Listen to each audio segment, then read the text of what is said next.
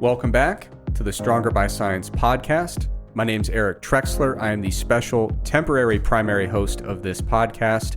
Today I'm joined by Greg Nuckols. He is currently the permanent guest co-host for the time being. That, of course, is a semi-temporary position that he's permanently holding for now. Greg, thank you for joining me. Thanks for having me on. How are you doing today? I'm doing well. How are you? I'm great. We are in peak fall weather right now in North Carolina, where depending on the day, it's like 60, 70 degrees Fahrenheit, sunny, beautiful. I'm loving it. I am as well. Yeah, it's good. All right. If you listen to the show and you enjoy it and you want to support us, there's many ways you could do that. You could like, rate, or subscribe wherever you get the podcast. You could join our email newsletter by going to strongerbyscience.com/newsletter. That is not purely a charitable act on your end. It is free, and you basically get really nice emails every now and then giving you updates about new research about exercise and nutrition. So it's a nice little newsletter to be part of. If you're looking for a one-on-one virtual coach, online coaching services, we do offer that at Stronger by Science. You can learn more about our pricing, check out our team of very excellent coaches by going to strongerbyscience.com/coaching. If you want to get very affordable supplements for even better prices, you can get those at bulksupplements.com and use our discount code. The code is SBSPOD, and that gets you 5% off your entire order. And then, of course, if you'd like to support us even more, you could subscribe to the Mass Research Review that goes out every single month, the first of the month, and it contains a bunch of very practical, very thorough summaries of the newest research in exercise and nutrition. And of course, you could subscribe to the MacroFactor diet app, which we co-developed, which does have a free trial. So you can try it out and see if you like it before you make any kind of a financial commitment. Now, the big news that everyone's talking about. I've been getting a lot of mail about this. It is officially the 100th episode of the Stronger by Science podcast. I know what people are thinking. Eric, weren't there some other pieces of content you guys put out? Yes, but that's not the Stronger by Science podcast. The 100th episode does not include fireside chats because we don't really want to tarnish the brand by incorporating that. We got a lot of negative reviews about those episodes. It doesn't include bonus episodes and live events and things like that. This is 100 episodes of the pure, uncut stuff that everybody loves. Well, I would say that it's understandable if people think that fireside chats and the regular podcast are the same thing, because, yeah, sure, when you subscribe to the Stronger by Science podcast, you do get those other episodes. They show up in the same podcast feed, but they are different, and I would push back against your characterization. It's more like when, after someone sells out and they do projects, like maybe they make movies with like big budgets for a big audience or whatever, but they still want to make art on the side. They want to do something for them where it's not just about the reach and the paycheck. It's about trying to make something truly great. That's what the fireside chats are. And some people don't appreciate art, but that's fine. Yeah, I don't really get it, to be honest. But anyway, so there's a big question that's been floating around because obviously everybody's been looking forward to this 100th episode. People were asking me, Eric, is this the first ever fitness podcast to reach 100 episodes? And actually the answer is no. Now, we were the first podcast and by default the first fitness podcast. But then, as we know, a lot of copycat podcasts kind of popped up. Iron Culture is one of them. There's been a few others. But they've just been churning out a bunch of content. We'll put it that way. We'll put it that way quite charitably. Yeah, they've been churning them out pretty quickly, not putting a whole lot of thought into the quality, very much pushing the quantity side of things. So yeah, they can put out several episodes a week, just really poorly done, shoddy work, not a lot of insight, not a lot of quality, but we've been curating a premium, high-level multimedia infotainment experience with video and screenshots of figures from studies. It's a really big production here, and that takes time and it takes a lot of effort. So it has taken us a little bit further or a little bit longer to get to the 100 episode threshold, but I'm glad that we took our time with it and really put together a great thing. No, I agree wholeheartedly. I mean, at the end of the day, I'd rather have 100 Ferraris than 240 Ford Pintos. Absolutely. For instance, yeah. Yeah, for sure. Now, moving on, the other thing that's in the news, big thing that's been on everyone's minds for about 11.9 months, it's Fat Bear Week. It's Fat Bear Week. Again, so the National Park Service every year does Fat Bear Week. Do you mind giving us a brief overview of the purpose and the premise? Yeah. So I won't talk about this as much as I did last year, but in short, bears have to get fat for the winter. That's just a fact of life because they hibernate, and this is what I went off on a big tangent about last year. But hibernation, it's not all fun and games, folks. I think people just assume that when bears hibernate, they go in their little den, they get nice and cozy, and either they just like peacefully sleep all winter, or they're just in there with their family and their little cubs, and they're just having a grand old time, and it's great. Little wood burning stove, and it's all cozy. Yeah. That's not how hibernation is, folks. Hibernation's fucking terrible.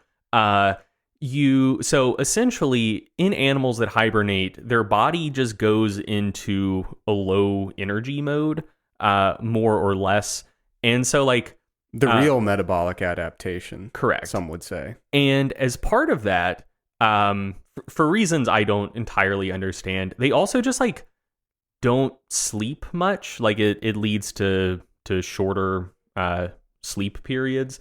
And so yeah, you're just like, they're just laying there with like basically insomnia, and just like gnawing hunger as they slowly almost starve to death over like 4 or 5 months. And it's just a miserable experience. Not good all around. But if they want that to go as smoothly as possible, they need to get as fat as possible beforehand. So the Katmai National Park takes pictures of quite a few of the bears that live there, both right after they get out of hibernation to see their svelte post-hibernation physiques, and then around this time, which is pretty soon before they're going to start hibernating. So you can basically see how effectively they've bulked over the spring and summer and early autumn months. And it's very important that the bears do that. And so as a way to cheer them on, show them the support you would like to give them for their successful bulks, the Katmai National Park team put these pictures of the bears on the website so you can see their before and afters and vote on which ones got the fattest the most effectively. And there's a bracket, and it's quite prestigious to win. Like it's a pretty big deal. It will be the talk of the bear community for the forthcoming year. It's also like pretty serious. They don't just do one of those things where they rotate it and say like, okay, you won it last year, so we'll give it to a different bear who's never won it. Like there's some multiple time like reigning champions who have a serious number of banners hanging in their rafters. Oh yeah. So do we want to get into our picks and like a little bit of background for some other bears? Yeah, so last year I was a big 32 chunk kind of guy. 32 chunk is the technical name, but the super fans say 32 chonk. And I'm sticking with it. Like we had a tough year last year, no question, really underperformed in the bracket, but I think this is a good year for 32 chunk. And the reason that I really like 32 chunk is I do kind of, I think he's really relatable for me specifically. So, he's kind of misunderstood. They say that he's a patient bear and that he'll occupy the same spot for extended periods of time. A lot of people don't know much about bear meditation practices, but 32 chunk is very clearly a meditating bear that a lot of folks in the National Park Service just don't really get that, but I get that. I can relate to that big time. They also say, despite his fishing skills, he often waits for scraps and leftovers from other bears. Again, that's just kind of a Buddhist principle of not being wasteful, making sure that everything goes to use. So yeah, I think you can make a strong case that much like myself, 32 chunk is walking the noble eightfold path, and I'm really proud of him for it, and I think he's going to win. Yeah, so I think my pick might reveal some of the temperamental differences between the two of us. So I am once again rolling with 128 Grazer. That's who I picked last year.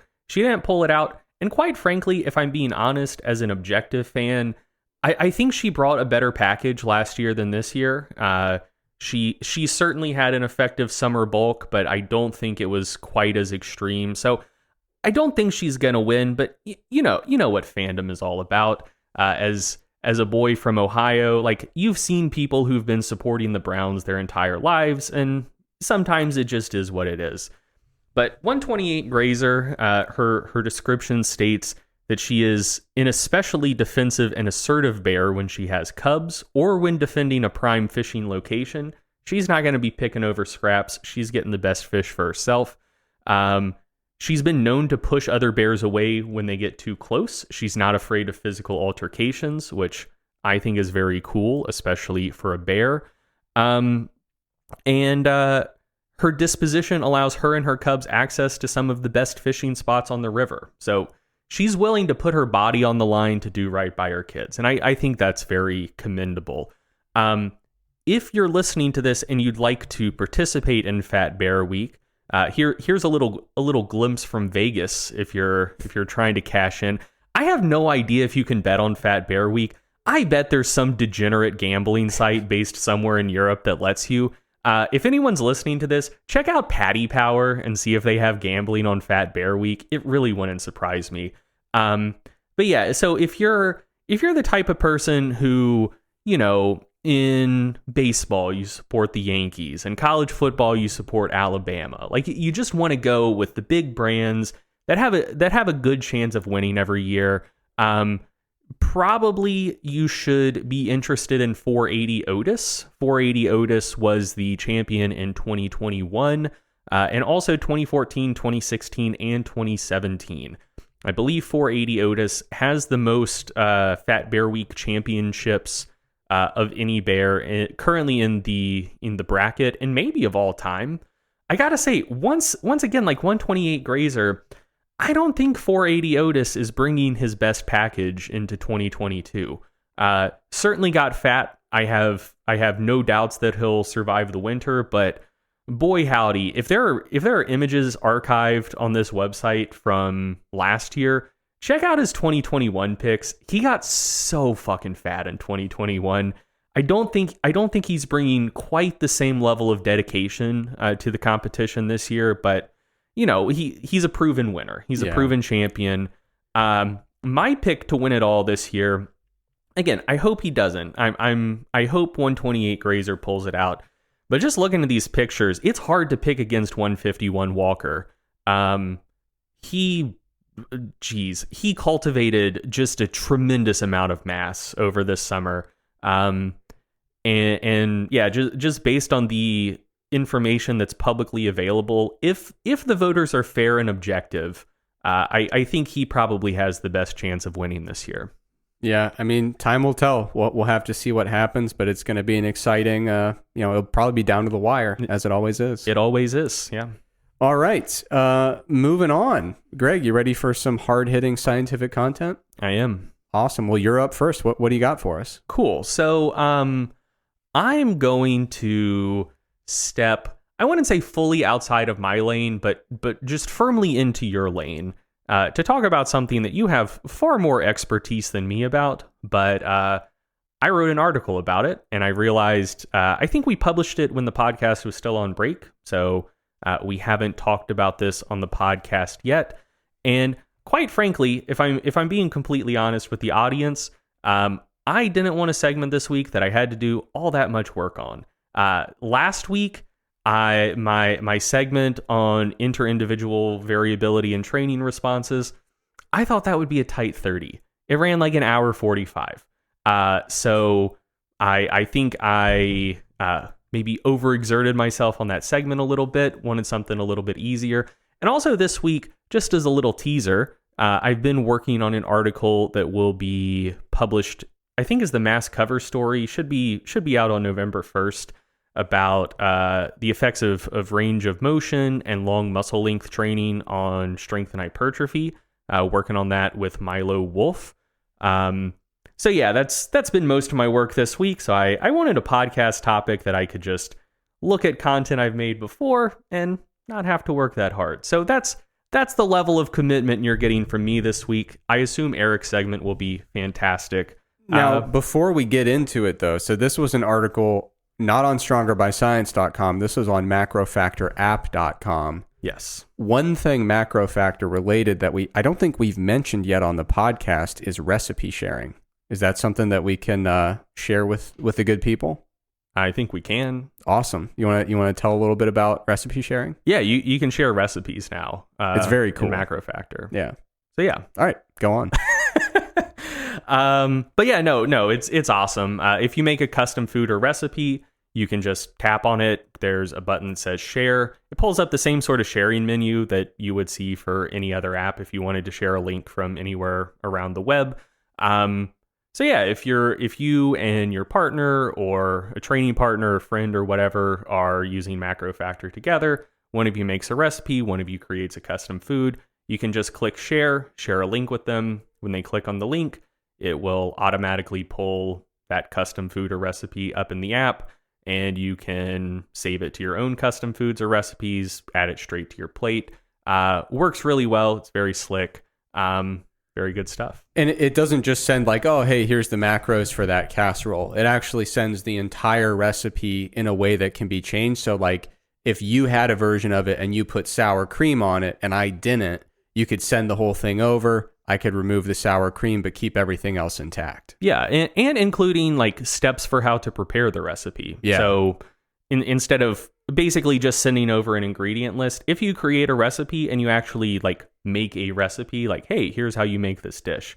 You can save that for yourself. And when you share that recipe with someone else, all of those preparation instructions, how long it takes to prepare, all of that stuff, that will also be ported over. Because for me, that's the worst part is when I'm putting together my chickpea and rice dishes is people say, well, how long do I microwave the chickpeas? And I have to say, 90 seconds, and a lot of that gets lost in the shuffle. But, yeah, for sure. But it's nice to keep that granular data. Yeah, I don't know if people could prepare most of the meals you make if they just had the ingredient list. I don't think so, no. You really need those instructions. Yeah. But yeah, so let's get into this. So the article was about, and this segment will be about body composition, both how well and how accurately it can be assessed, and what you should or shouldn't do with the information that you might glean from a body composition assessment. The reason I thought this was an important topic to discuss, to write an article about, and now to talk about on the podcast, is it seems like a lot of people put a lot of value and weight on the numbers they get from a body composition assessment.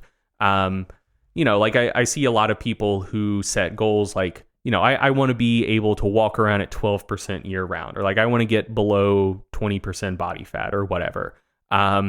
Or they put a lot of value on quantifying their body comp before and after a bulk to try to assess exactly how much muscle they've gained over like the prior 6 months or whatever.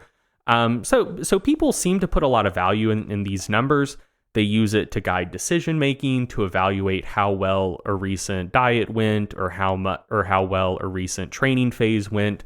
So I think it's worth just discussing in broad terms, like, should you do that? And the short answer is no, and the long answer is the topic of this segment.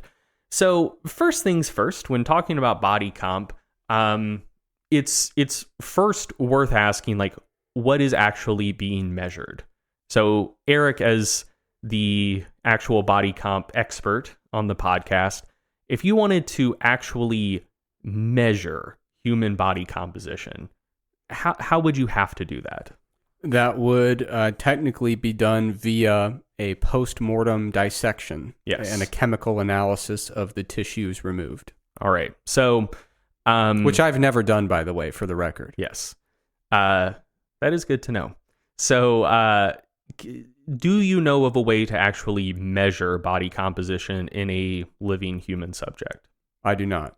That's good. I don't either. Just wanted to make sure I wasn't sharing lies with people. So yeah, if you actually wanted to get your body comp measured, you would have to be dissected, which I assume most people don't want to do. So any way that you go about trying to assess your body composition is just going to be an estimate based on other things. So it's first worth asking, just kind of in broad terms, what is actually being measured when you have your body composition assessed, and in what way are those measurements actually associated with body composition? So there are several popular methods someone might use to go about assessing their body comp. Just kind of to go down a list, kind of an old school one, like that used to be considered a not exactly gold standard, but like silver standard measurement that people used to use quite a lot back in the 70s and 80s, still exists, not quite as popular anymore, is underwater weighing or hydrostatic weighing. What's actually being measured there is displacement of water via the Archimedes principle, like assessing how much you weigh on land versus how much you weigh underwater to then estimate how much water you're displacing. Once you have an idea of how much water is being displaced, you roughly know your body's volume. And from there, if you know your body's mass and volume, you can estimate your body's density. And since lean mass tends to be more dense than fat mass, you can use total body density to estimate body composition. The bod pod is more or less just an updated version of underwater weighing. It works on very similar principles. It's actually measuring changes in air pressure within a confined chamber, but it's more or less doing the same thing. Like, you measure your body's weight, you estimate your body's volume via the bod pod, and then it's the same sort of deal. Like, if you're less dense, it's assumed you have more fat. If you're more dense, it's assumed you have more lean mass. Some other popular methods are skin fold calipers and ultrasound. So with both of these, essentially what you're doing is you're measuring the thickness of subcutaneous fat at various points in the body. And then it's just kind of assumed that if you have more subcutaneous fat, you also just have more fat elsewhere, particularly visceral fat. So you just essentially roughly estimate total body fatness from measurable subcutaneous fat thicknesses.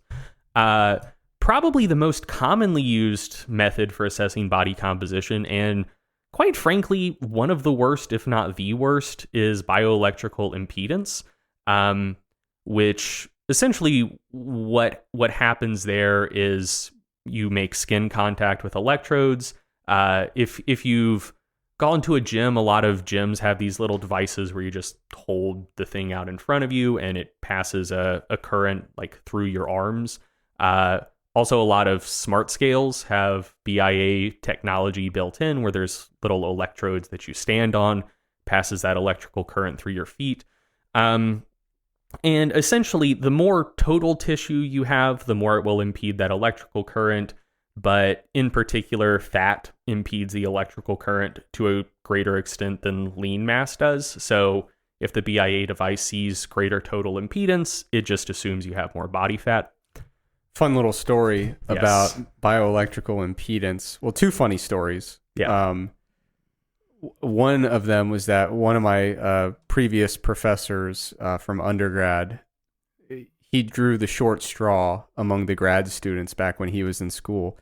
And they were trying to see how much they could fool a BIA device just by messing with hydration within a single day. Yeah. And like I said, he drew the short straw. So they got him more dehydrated than you would advise in a controlled setting and measured. And then just, said, all right, drink up as many fluids as you want, Gatorade, water, etc. And just within the span of a day, his body fat percentage reading went from just absolutely shredded on one side of the spectrum to like very, very, very high body fat percentage, like a lifetime's worth of fat gain or fat loss within a single day. Yeah. Another anecdote was, so Greg, you remember when we were teaching at UNC, we had the little BIA devices. So when we were learning how to use those in kind of a big group setting, I had just competed a couple weeks prior in bodybuilding. And this was like 2013, before I actually like knew anything about dieting and, more importantly, what to do after a diet. Yeah. So like, dude, I just ballooned up after this competition. It was at the point where like, if I would take off my socks at the end of the day, I could still see like them imprinted on my legs. Like, my body was just like a weird like water balloon. You're like lean, healthy, active, don't actually have any vascular issues, but you still probably should have been wearing the compressive socks that like people wear on airplanes. Yeah, it's a very strange like temporary physiological state where you're just like, why do my lower legs look like I have like severe heart failure right now? I don't know. Probably not a good thing, not recommended, but yeah, like, you know, my body just didn't know what to do with all these calories, water retention, etc. But like I had already gained, I don't know how many weeks it was since my show, but I already gained like from my stage weight easily like 15 pounds. And I do the thing, do everything according to instructions, like 5.4% body fat. I was like, well, you should have seen me 15 pounds ago. You know, when I was apparently 2% body fat. And like, of course it was just nonsense, but yeah, you gotta be careful with those things. Well, yeah, I mean, so when I was teaching that same class, like there was like one of the other LFIT instructors who was like in another program, didn't have to take any like body comp related classes for his major or whatever. You know, like when we were learning about how to use those devices, like we all used them, had BIA assess our body comp. And this guy was lean. Like he had a visible six pack, like wasn't like sub 10%, but it was like comfortably sub 15%.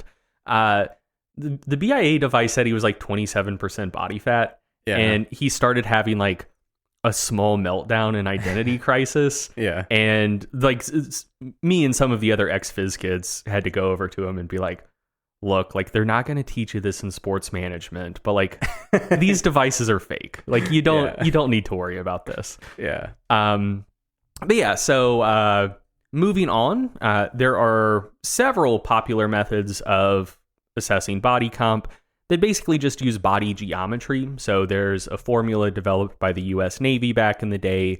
There's simple weight to height ratios. And now there are like fancy high-tech 3D body scanners. And all of these methods work on the same general principles where people whose bodies have a particular shape, the shape of their body tends to be at least somewhat indicative of how much fat they're storing. So like in particular, if you have a particularly large waist circumference relative to how tall you are or relative to limb circumferences, that's generally indicative of storing more body fat. Like that's the general principle that these things work on. And then finally, there is DEXA, dual energy X-ray absorptiometry, which look like very high-tech machines because they are. But essentially what they do is they pass very weak X-rays through your body and essentially try to assess how much energy is being absorbed by the X-ray. And the way they convert that to an actual body comp estimate is pretty interesting. So your bones will absorb more energy than any of your other tissues.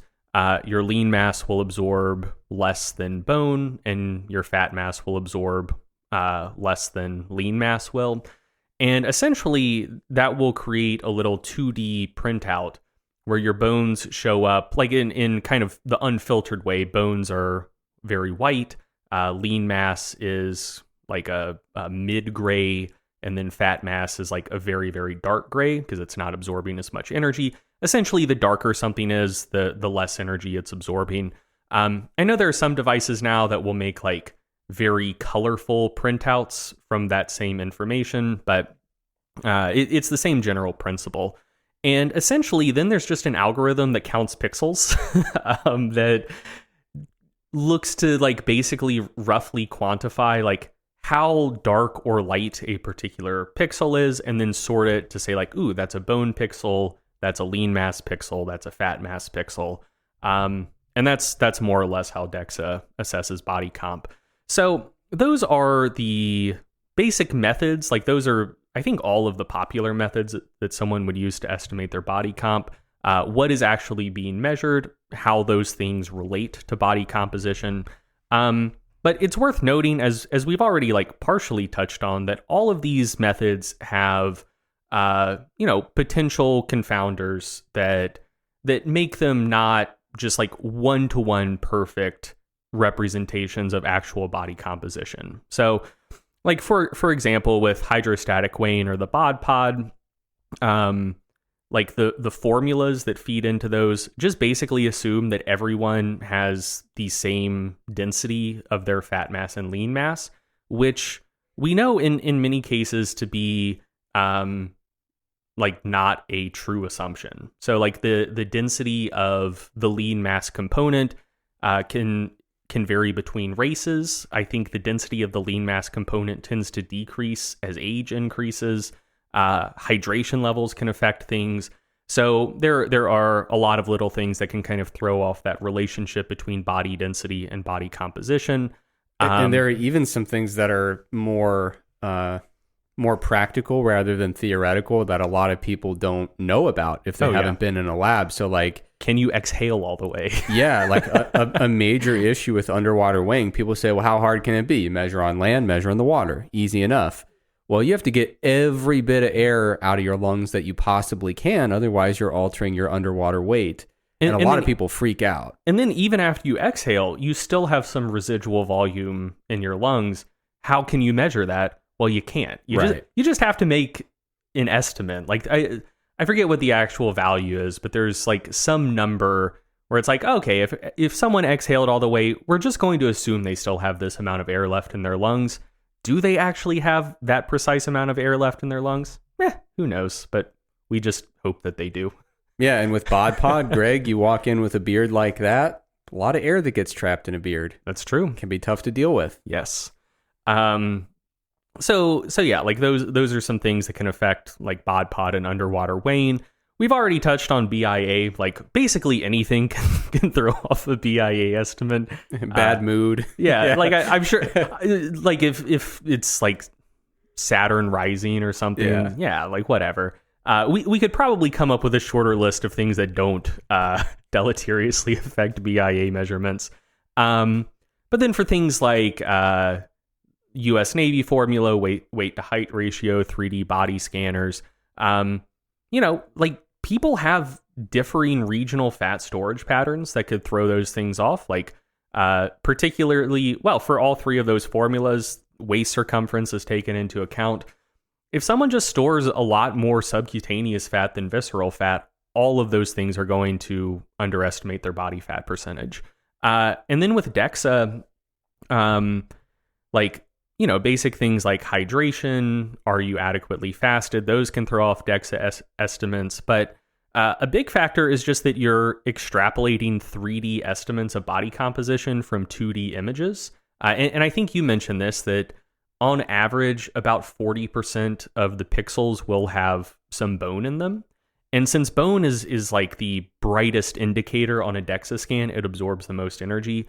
In pixels with bone in them, which again is like 40% of your body, you just like can't estimate the fat or lean mass that is above or below those bones, just because the bones overpower everything else. So even though DEXA is very high tech, like there are still some like basic extrapolation issues with deriving body comp estimates from those 2D scans. Yeah, that's always the thing you tell people, and they're stunned because DEXA is expensive and it gives, bone density metrics. People think, oh, this has to be ultra precise. There's probably minimal, if any, shortcomings. Then you say, yeah, well, what we do is we stack up these pixels, and then before we even begin counting, we lose half. Yeah. Almost. And people were like, holy shit, for real? And this once bone is in the pixel, like a pixel can only be one thing, and the bone just gets thrown away basically for that purpose. Mm-hmm.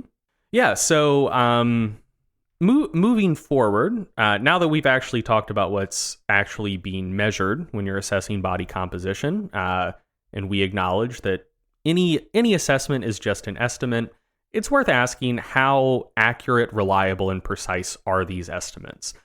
And there is a lot of research that you could point to on this.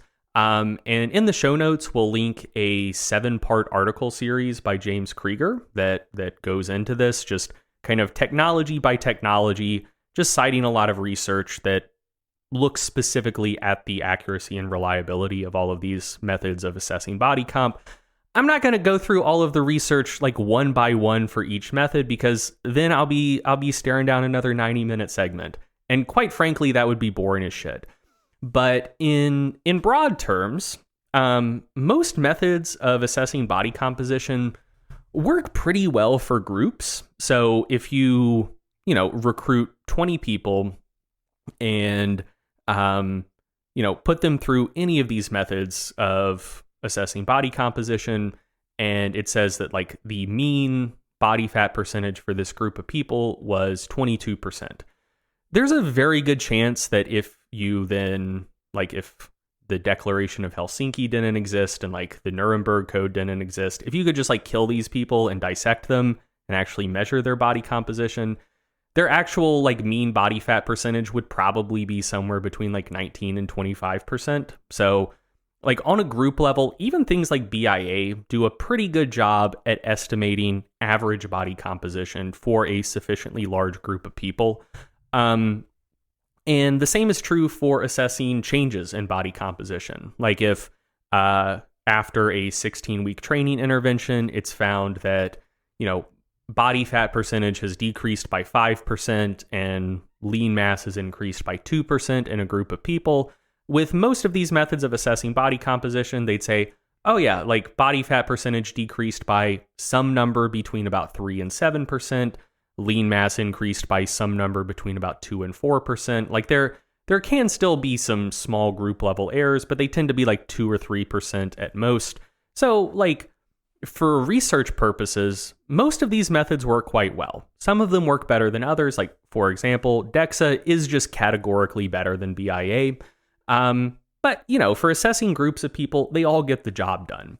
The question is more about, I assume, well, dear listener, it's worth asking yourself this. Are you a person or are you a group of people? If you're a group of people, you can just skip ahead to Eric's segment. If you're a single person, then it's worth asking, like, hey, does the relative accuracy of these body comp devices apply to me? Like, what are the sorts of errors that I can expect when I have my own personal body composition assessed? And my basic position, and what I hope to convince you of, is that for an individual, most of these methods for assessing body composition are, if not entirely worthless, far less informative than I think people naturally assume. And I think that comes from essentially conflating group errors and average errors with like individual errors. So for example, if you're looking at research on, say, DEXA, you will find that the mean error for a DEXA assessment of lean mass or body fat mass or body fat percentage compared to a gold standard measure, which is usually some sort of 4-compartment model, the average error is generally like less than 2%. It's generally like between 0 and 2%, give or take. So like essentially if the group level average with a 4-compartment model is like 18% body fat, DEXA might say it's 19.5% or something like that. So some people look at that and say, oh, well, DEXA overestimates body fat percentage by 1.5%. So if I get a DEXA done and it says I'm 14%, I know that means I'm like 15.5%, but boom, like it's that precise number. If the mean overestimate is 1.5%, that means my personal overestimate will be exactly 1.5%. Add that on, boom, good to go.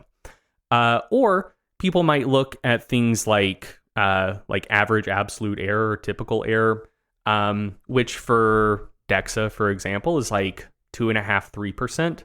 And that's like a plus or minus. So for example, if there's 2 people and DEXA overestimates body fat percentage by 2.5% for one of them, underestimates by 2.5% for the other, the average error is 0%, the average absolute error is 2.5%. So slightly savvier people will look at that and be like, oh, like the average absolute error, 2.5%, 3%. So if DEXA says I'm 15% body fat, that means I'm somewhere between like 12 and 18% body fat, which is a bit of a range. Like people might interpret 12 and 18 to be considerably different, but that is still like a somewhat tight range. And they look at that and say, oh, just plus or minus the average absolute error. Boom, good to go. Relatively tight range. However, I think that if you're an individual, again, like if the average absolute error is 3% or something, there are going to be errors for individuals that are smaller than 3%, which therefore means if the average is 3%, there also have to be errors considerably greater than 3%. And so I think that if you're an individual, it's worth asking what is the largest error that I could get from a particular method of body comp assessment? And if you want to be slightly more charitable, like what is the magnitude of error that I at least have like a decent chance of getting, like a 20-25% chance of getting an error of at least this large. So to illustrate this point, I made some synthetic data that like mimics the accuracy of DEXA very well. So like with DEXA, the average group errors are pretty small, like generally less than 2%. The average absolute errors tend to be like 2.5-3%. So I made a pretty little scatter plot that conforms to those specifications, where the average error between actual body fat percentage and an estimated body fat percentage is only 0.5%, and the average absolute error is 2.7%. So if you're watching on YouTube, you can see the scatter plot here with a nice little regression line running through it. You can see it's a nice tight relationship. The R value, like describing the strength of the correlation, is around 0.9, which again is around what you see for high quality methods of body comp assessment, like for example, DEXA. And you might look at this and say like, hey, if this is representative of the accuracy of DEXA scans, I feel pretty good about that. Like it seems to track pretty well with people's actual body fat percentage. But now, again, if you're watching on YouTube, we'll throw a histogram up here showing the frequency of estimation errors of different magnitudes. And so a lot of people are going to be getting pretty small errors, like less than 1.5%. So, for a non-trivial amount of people, if DEXA says like, hey, you're 19% body fat, you might be 20, you might be 18, but like it's going to be pretty close. But then there are also like a pretty large number of people with errors in the 3 to 6% range, like larger, but not like way, way larger than the average absolute error, where if you're getting up to 6%, that means DEXA saying you're 20% body fat, anywhere from like 14 to 26%, which like, I think you could figure that out pretty easily without going in for a DEXA scan. And then for like a decent number of folks, like in excess of 10% of individuals, you're going to get errors larger than 6% up to about 10.5%, which, once you're dealing with individual errors in excess of 10%, that's just a roll of the dice. That's a random number generator, and is almost entirely uninformative. So like that, these are the types of individual errors that we're looking at when assessing how useful body composition estimates are for individuals.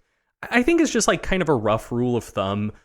If the average absolute error, like whatever it's reported to be, there's a pretty decent chance, like a better than 20% chance that the actual error that you see or that you could get from your body composition assessment is like twice as large as that.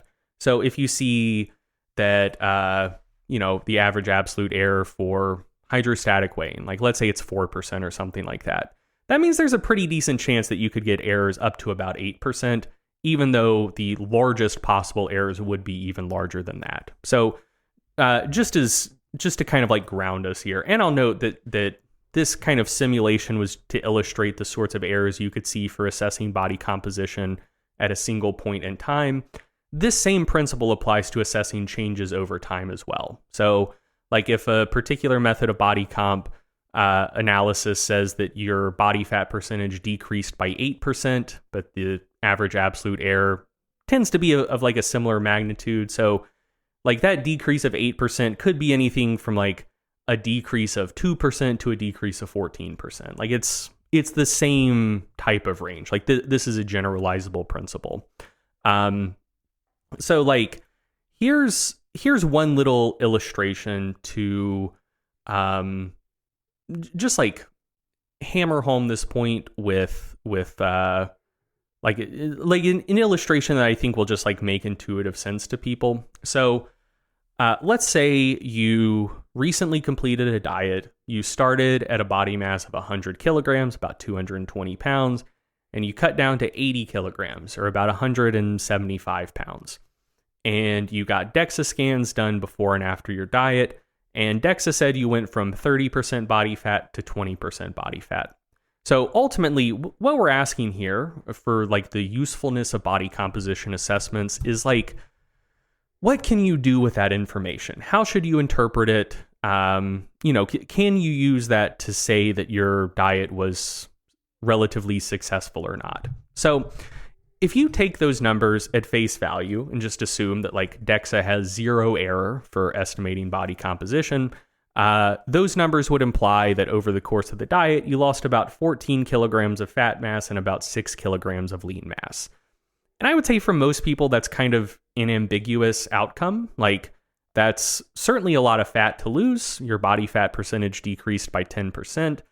But if you're someone who does resistance training, like you probably worked pretty hard to gain those 6 kilos of lean mass in the first place.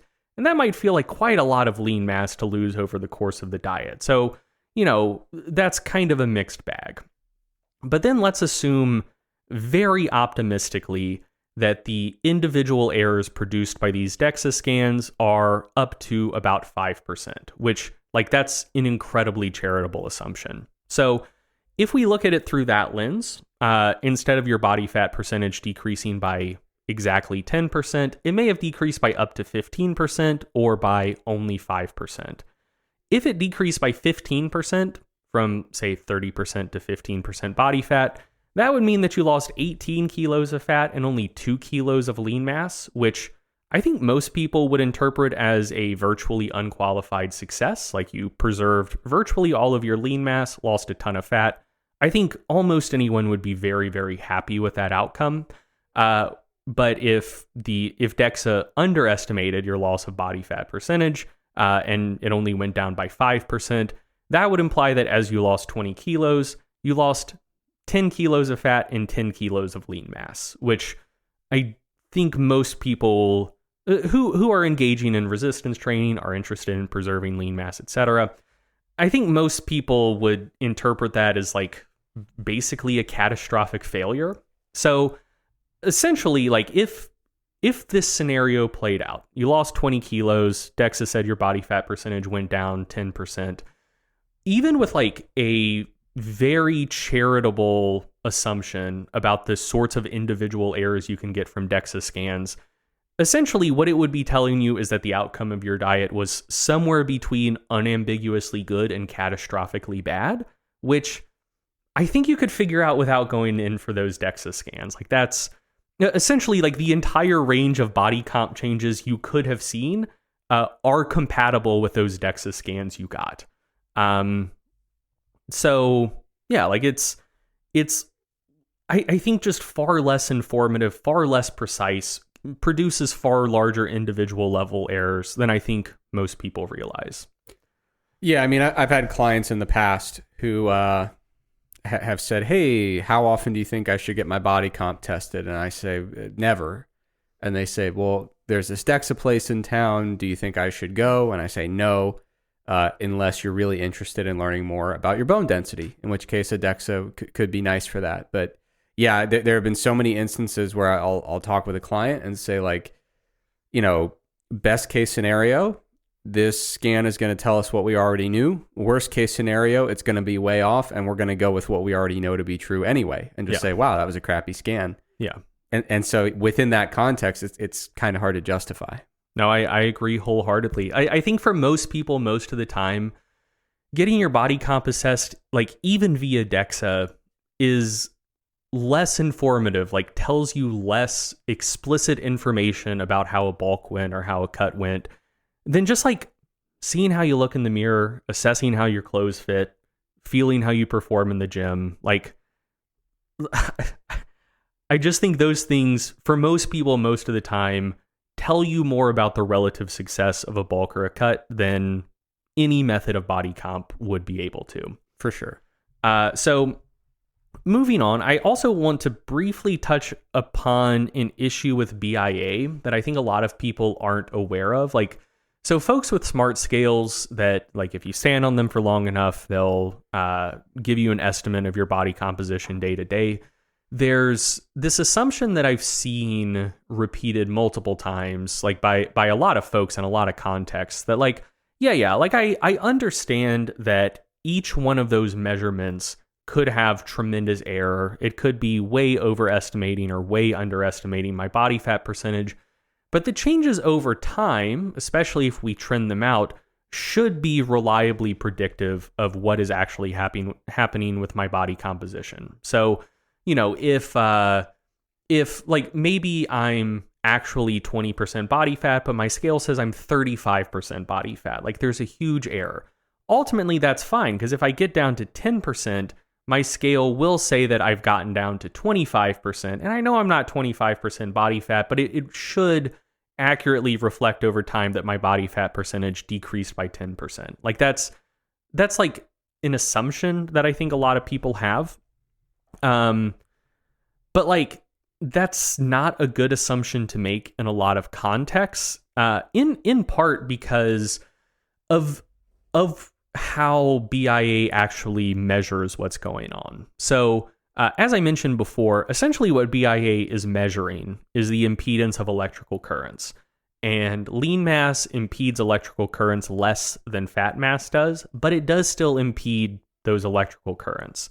So, if you have simply more tissue, even if your body composition hasn't changed, DEXA will think you've gained body fat. And if you lose a lot of tissue, again, even if your body composition hasn't changed, DEXA will now think you're leaner. Like that's just how those measurements work. And so, like, for example, if you had an astoundingly successful, what do people say now? Gain-tain or main-gain? Whatever. I don't know. It doesn't matter. If you have a nice lean bulk, and let's say, man, it went better than you could have even conceived of. Like maybe you're a new lifter and you put on 10 kilos of muscle in your first year of lifting without your body fat percentage changing at all. You go from like 70 kilos at 15% body fat to 80 kilos at 15% body fat. You just put on a ton of muscle. Your BIA scale would say you got fatter. Like, and you simply didn't, but now like your legs are more muscular, there is more tissue. That tissue will impede the electrical current your scale is passing through your legs to a greater extent than they did before training. So like the issue with BIA, or like, I mean, there are tons of issues with BIA, but like an underappreciated issue of BIA is the fact that it is sensitive not just to changes in body composition, but to changes in total mass. To an extent that I think people just like don't realize. So if you're using like a smart scale to track changes in body composition over time, the problem is that the information it's giving you can be like not just uninformative, but like actively misinformative over time in some contexts, where like you could be getting leaner, but it says you're getting fatter. It says you're getting fatter, but you're actually getting leaner because like total tissue mass is increasing enough. So like even for purposes of like tracking changes over time, trending it out, like BIA scales can be like fully and actively just misinformative over pretty long time scales. So, moving on, I think that it's worth taking a step back and just asking ourselves, like, why you would want to assess body composition in the first place. And I wouldn't be surprised if some percentage of listeners at this point feel slightly unmoored and adrift because, they've had their body composition assessed multiple times in the past. They have previously put a lot of value on those numbers they get from those assessments. And they feel like, well, I was doing this because it's important. Like, I need to know this information to know how my pursuit of my goals is going. Like, how else am I supposed to know how well my last bulk went, how well my last cut went? Maybe I'm trying to lose body fat to be better at whatever sport I compete in. Like, I need to be able to measure my body fat percentage to know if that's going well. And I would like to push back against that impulse. Like, I think if we acknowledge that we really can't know our body composition all that accurately or precisely on an individual level, I don't think we actually lose anything, because I think more often than not, most people don't actually care about body composition goals that much. They just assume, sometimes quite accurately, that changes in body composition should be predictive of or associated with the actual changes they're wanting to see. But I would argue that most of the time you can assess like a more direct measure for the outcome you're interested in than body comp would give you. So, like, for example, if you're an athlete and you want to maintain muscle mass while losing fat for the purpose of improving performance in your sport, you might think, well, I should get my body comp assessed pre and post off-season training to see if I actually did that. But the thing to keep in mind is, like, you're doing it for the purpose of improving performance in your sport. And generally, there are going to be tests you can do to see, am I performing better in my sport? Or are there like proxy measures for performance in my sport that are just way more directly informative than body comp assessments? So, for most like team sports, field sports, like, are you faster? Can you jump higher? Is your change of direction performance better? Or just like, like, let's say you're playing basketball, like if you're running scrimmages or pickup games, like, are you getting more buckets? Are you getting more rebounds? Like, that tells you how your performance is doing. And also, like, you could lead yourself astray by potentially focusing on this proxy measure for performance, body comp, instead of performance itself. So, for example, like if your training volume is quite high and you're really attempting to shed body fat, you could just spend an entire off season under fueling yourselves for workouts and practices, and successfully lose the body fat you are wanting to, but wind up performing worse, like because you weren't actually able to train for your sport the way you need to.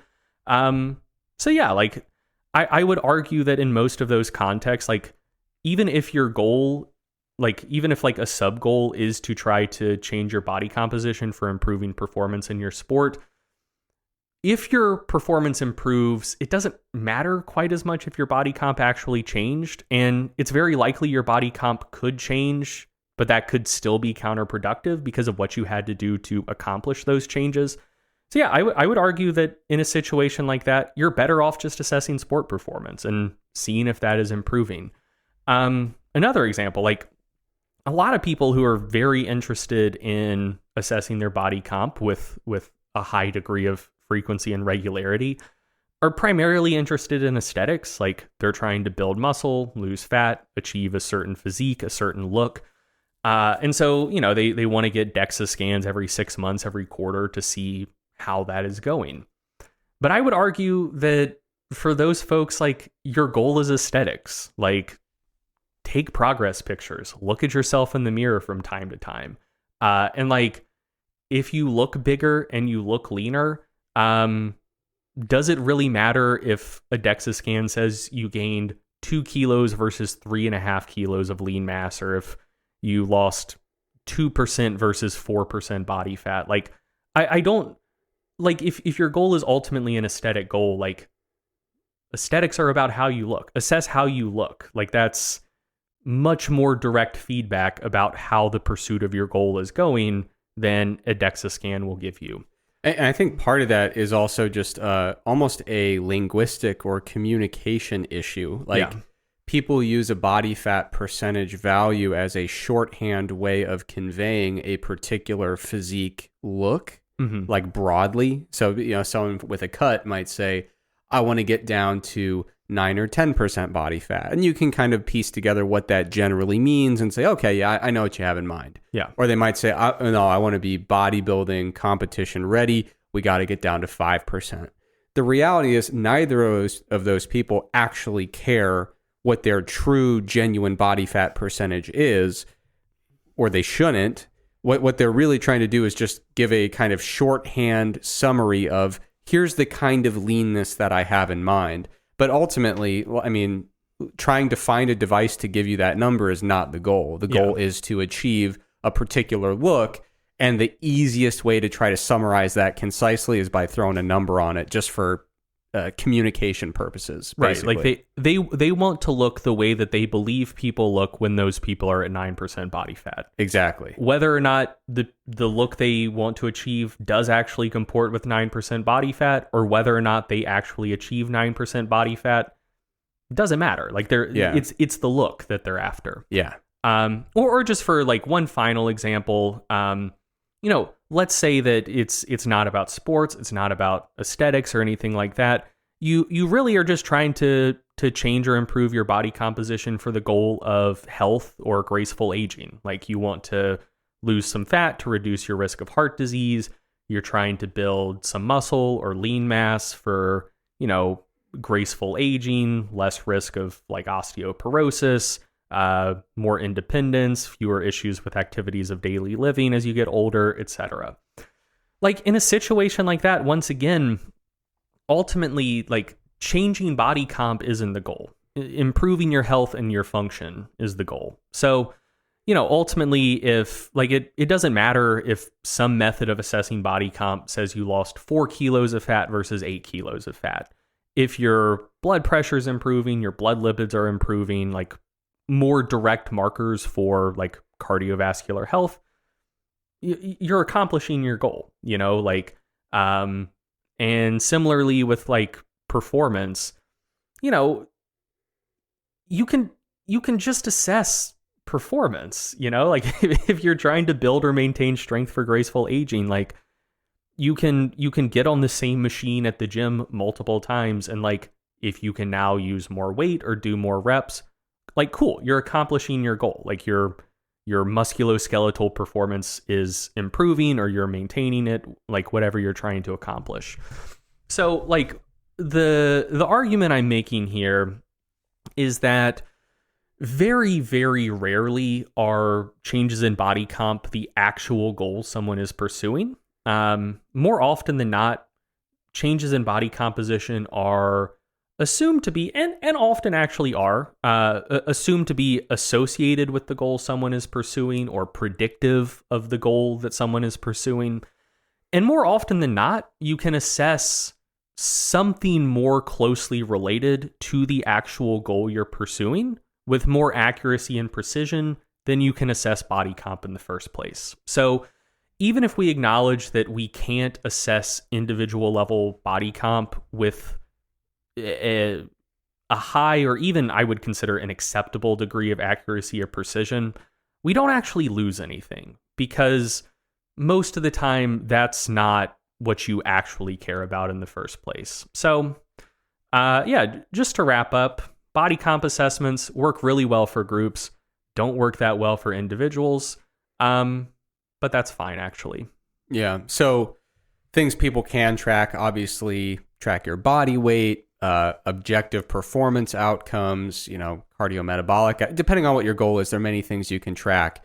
But even for people who are more physique focused, you can track your body weight. You can, keep an eye on the mirror, keep taking progress pictures, limb circumferences. Yeah. Observe how your clothing fits. Or I mean, like for physique related goals, like I think that calipers are great, because I mean, ultimately the thing that's going to affect the visual assessment of leanness is just like how little subcutaneous fat do you have? Yeah. Like if you don't have much, you're going to look very shredded, and calipers will tell you that. Yeah. So, if you get a caliper assessment done, whatever body fat number is spat out when you run those numbers through a prediction equation doesn't matter. But like, if your sum of skin folds has gone down from like 100 millimeters to like 70 millimeters, regardless of what percent change in body fat that corresponds with, that is a direct measure of, hey, you have less subcutaneous fat than you had before, and you probably look more shredded. Yeah, I was going to say, I think you can go a really long way if you're like, you know what, I accept the content of this segment, but I still really like having some objective, quantitative things I can track. I think you can go a very long way with a super cheap tape measure and a cheap pair of calipers. And I know everyone, like in the exercise science world likes to say, you basically have to be a magician to be good at caliper tests. I mean, for research grade purposes, sure, fine. But if you're just trying to figure out, do I have more or less fat over my bicep than I used to? There's YouTube videos that can teach you the ropes when it comes to using calipers. You can do it depending on the site, maybe yourself, maybe get a friend or someone to do it for you. But just by taking a tape measure, getting a waist measurement, getting limb circumferences, getting some key caliper measurements, you can get a pretty good idea of what is, for example, the total size of my bicep, looking at the circumference, or I guess my upper arm, and then look at the subcutaneous fat thickness. There's no need to convert that to a whole body fat percentage. That information tells you exactly what you're trying to get, and you don't have to stress over, aiming for these kind of arbitrary targets. Like, oh no, I'm doing everything I hope to do, but I wanted to be 6% body fat. Like, I think keeping your sights on more localized measurements is probably ideal. No, I agree. And I would also add that if you're primarily interested in assessing body comp for like health related purposes, like ultimately a waist circumference measurement or like a waist to height ratio, again, not taking a waist to height ratio and converting that to a body fat number, but just the actual weight to height ratio number itself, that, or again, just waist circumference, that's more predictive of cardiometabolic health outcomes than just like body fat percentages, in part because like as far as health risks go, not all fat is created equal. Like you can have a considerable amount of subcutaneous fat without that having too much of an impact on cardiometabolic health risks, but like having a lot of visceral fat, not great. And where's visceral fat stored? In your abdomen, around your waist. So, if you had two individuals and you could like perfectly measure their body fat percentage, and one's 20% body fat with a ton of visceral fat, and one of them's 27% body fat with a lot of subcutaneous fat and very little visceral fat, like the person at 27% body fat is probably in better shape as far as like health risks go than the technically leaner person with more visceral fat. But the leaner person with more visceral fat will probably have a larger waist circumference, whereas the other person would probably have like maybe a larger hip circumference or thigh circumference or something like that. So yeah, for us, like a rough assessment of body comp for health related purposes, just like a waist circumference works great. And again, like just take the circumference number. You don't need to worry about converting that to like a rough body fat percentage number. Cause like that doesn't add any additional like useful or beneficial information. Cool. Sounds good. All right. You ready to move on? Yes, sir. All right. So for my segment in this episode, I'm going to be talking about fitness-related applications of mindfulness and meditation. I'm going to keep this one pretty brief and pretty snappy because for the first time ever, you actually went a little bit longer than you planned to. Jesus fucking Christ. I thought I was a good boy this time around. Not quite. Jesus. But that's okay. Yeah, I just checked the timestamp. Oh no. All right. That's fine. So diving into it though, we previously had a segment called The Road to Enlightenment. And that was me kind of sharing my experience as I was getting into Buddhism and mindfulness and meditation. The only issue is that it was a fatally flawed segment, didn't last very long, and it was promptly canceled. The reason being, as I got deeper into it, I realized it's going to take me some time to really get the hang of this and develop anything that would be reminiscent of not even expertise, but just proficiency, right?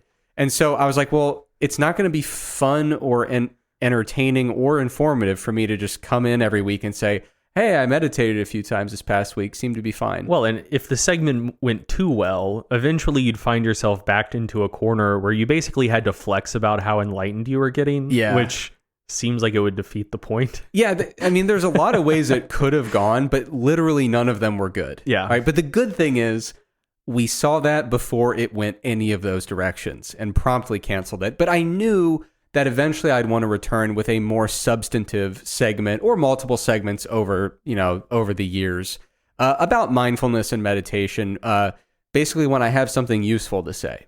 Now, in recent months, a month or two ago, I wrote an article in the Mass Research Review about mindfulness and a few key applications that might be of interest to fitness enthusiasts.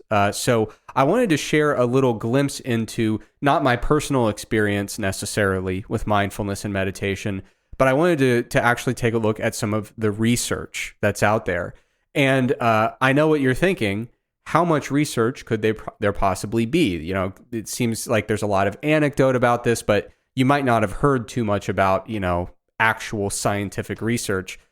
I'll be honest, I knew that it was studied in some areas, different types of mindfulness-based interventions and meditation interventions.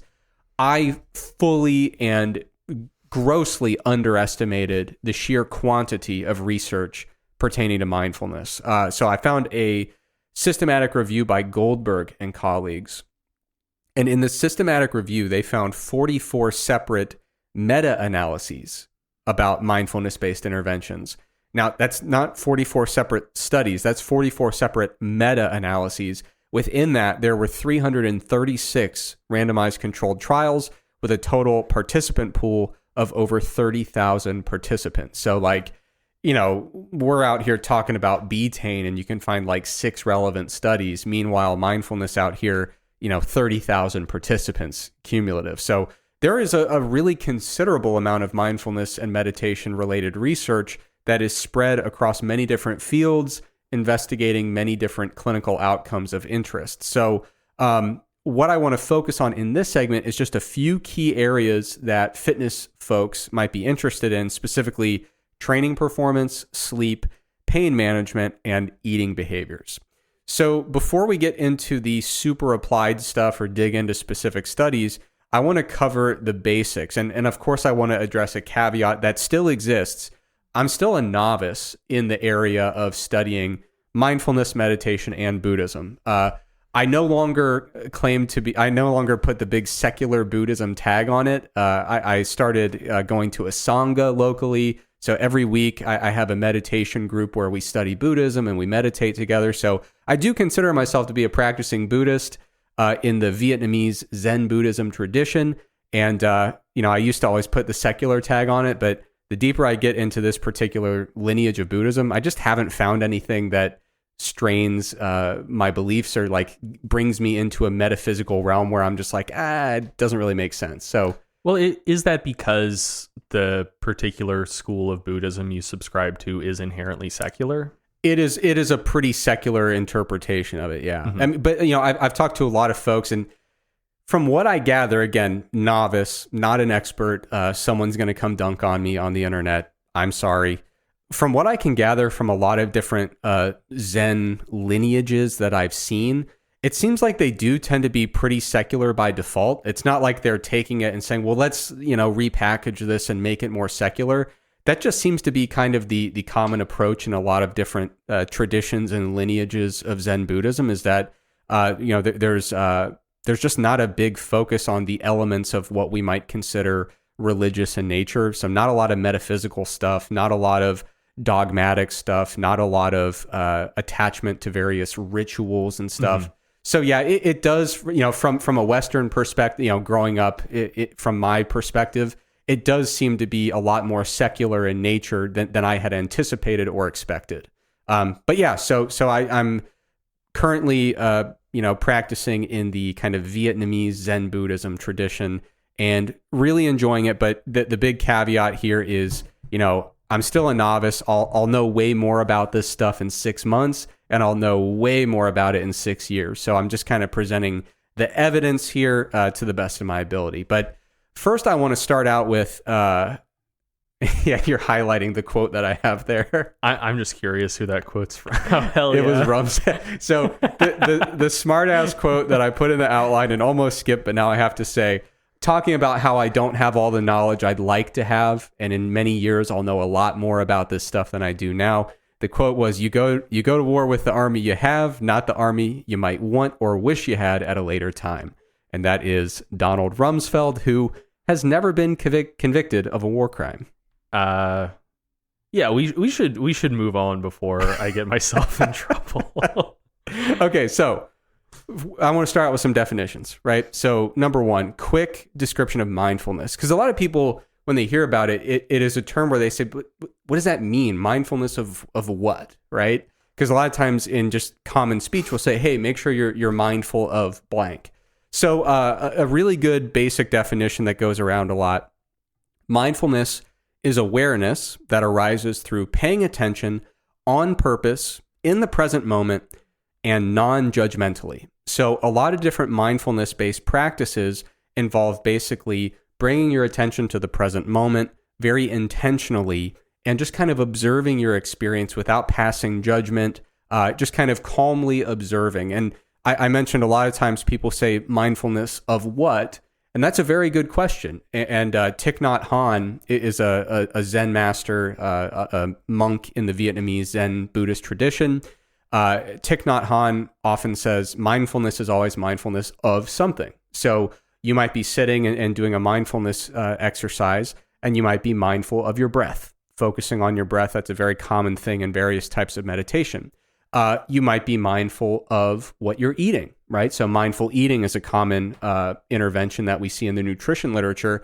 And that's exactly what it sounds like. It's taking time to be present during that meal and really immersing yourself in that meal experience and bringing all of your focus and attention to it. And so, yeah, you could be mindfulness of a lot of different things. Sometimes they'll do what you call a body scan meditation, where you lay down and you work through, from your feet to your head or vice versa. And you're just focusing very intently on my feet.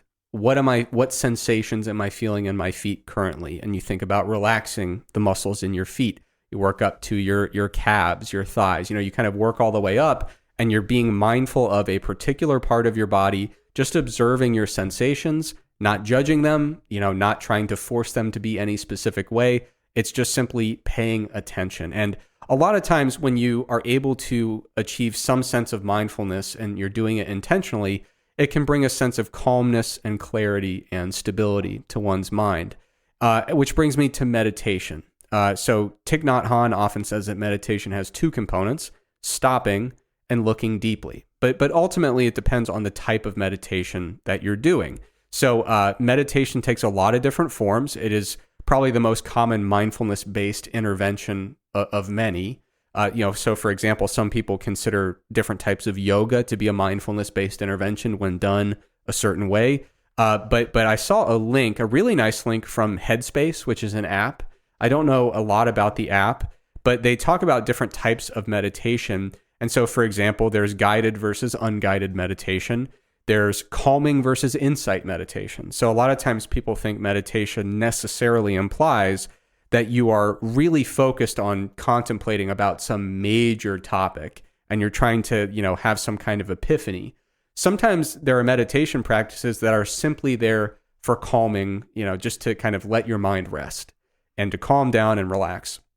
Sometimes you do insight-focused meditations where you actually will calm your mind first, just to make sure that you have, appropriate levels of focus and concentration, and kind of just bring that stability to your mind. And then you might start to contemplate on, something that you had kind of planned to think about and get some insight on beforehand. So there might be something big in your life or a big topic that you want to really think about and contemplate about and get some insight. So there are different ways to do meditation. Some ones that come to mind, like I said, body scan, different types of visualization, reflection. Sometimes people chant mantras. Sometimes people do yoga. There are a ton of different types of meditation.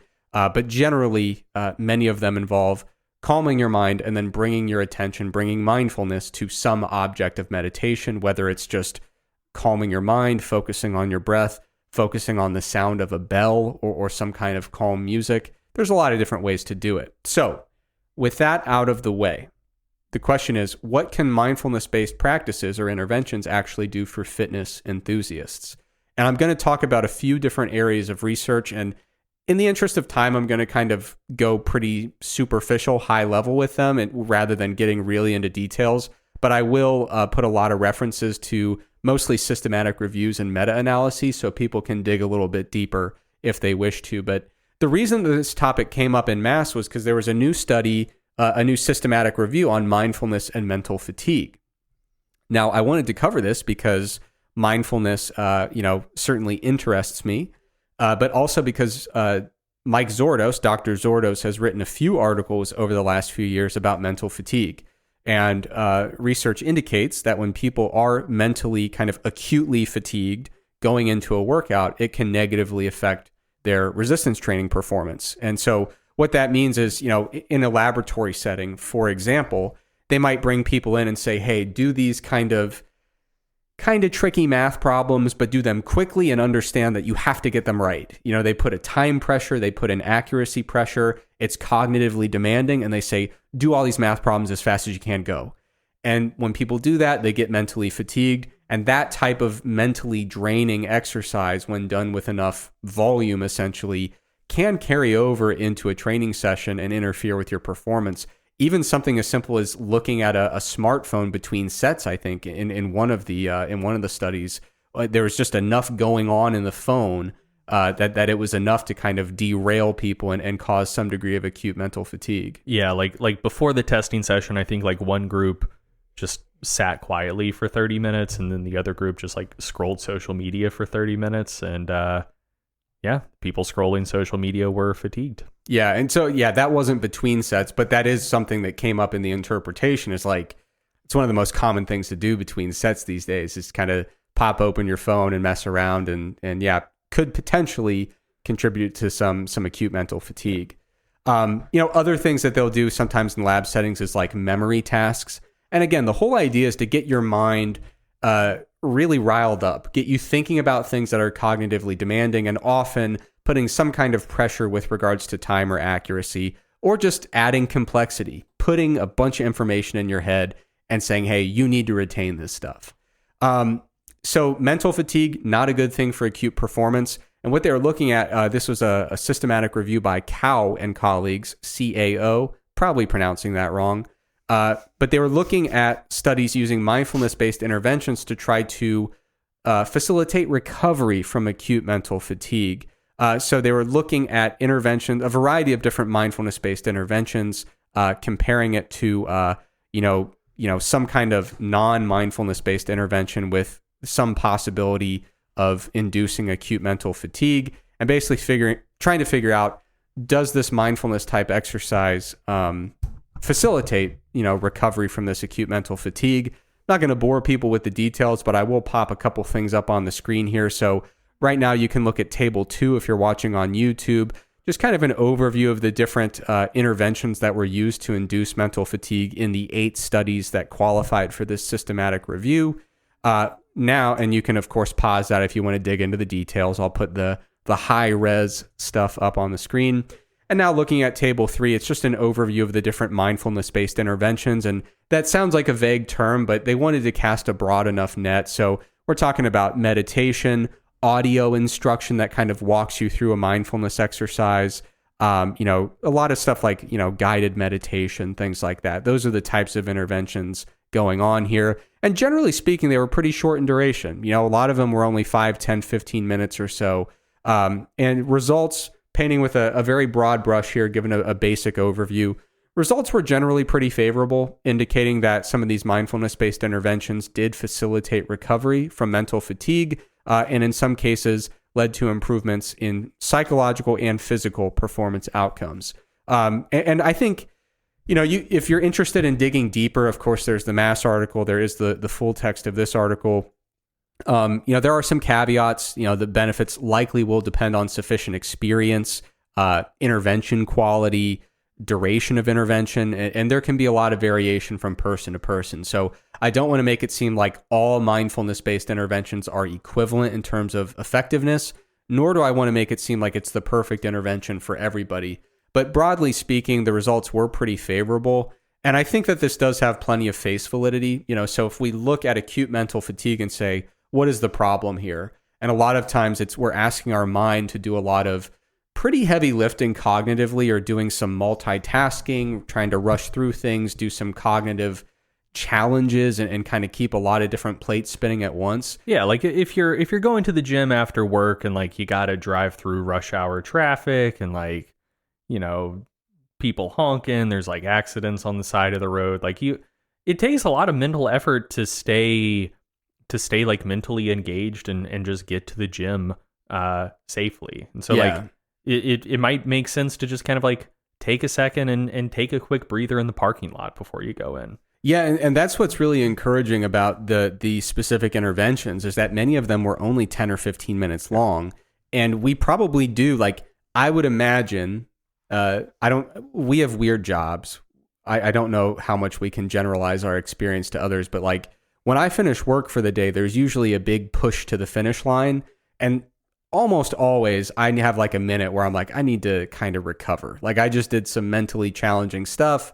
I think a lot of people, after leaving from a full work day, making the commute over to the gym, or chasing the kids around the house, and then you finally get a moment where you can get out to the gym, it's very common to enter the gym in a mentally fatigued state.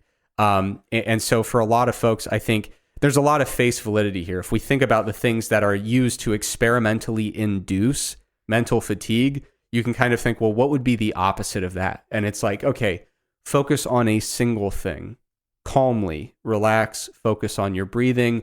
As you focus on one thing, this is a lot of times people wonder, well, what is the purpose? Like you tell someone on the surface, focus on your breathing, it'll make you perform better. And it's like, what the hell do you mean? How can that possibly be the case? But what we're talking about here is having a single-minded focus on something that's not cognitively demanding or challenging. There's no accuracy pressure, time pressure. It's basically giving your brain a bit of a rest with a calming exercise and saying, by focusing on one thing, the breath, which is very easy, or whatever the instruction video or audio is telling you to focus on, by focusing on one thing with all of our attention, we fight our urge to focus on 700 things with really fragmented attention. And we're thinking about what we did 2 hours ago at work and what we have to do tonight when we get home. It can be a surprisingly restorative and restful thing. Now, moving on, I'm going to hit some highlights here very briefly. Mindfulness and sleep. Let me just say this. Anecdotes are obviously the top form of evidence. I passed out listening to a guided meditation last night, and I slept like a baby. It was incredible. So sleep research, it's hard to do, but generally the consensus is if you're into fitness, sleep probably ought to be important to you. Sleep restriction, especially chronically, is pretty bad for performance, seems to be pretty bad for training adaptations as well, with the limited evidence that we have. The challenge with sleep, though, is that we don't have a lot of control over the amount that we sleep. Like, you cannot consciously just say, tonight I will get 9 hours of excellent sleep. You don't get to do that. Yeah. All you can really do is give yourself sleep opportunities, and couple that with sleep hygiene, right? So what you can say is, because I've been sleeping like shit, I'm going to spend 8 hours in bed tonight.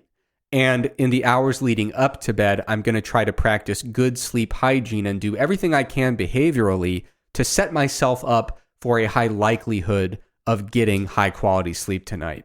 And the reason I bring that up is because if you look at the lists of sleep hygiene guidelines in a variety of different, reputable resources, foundations that really focus on sleep research or practical interventions to facilitate people with sleep disorders or sleep issues.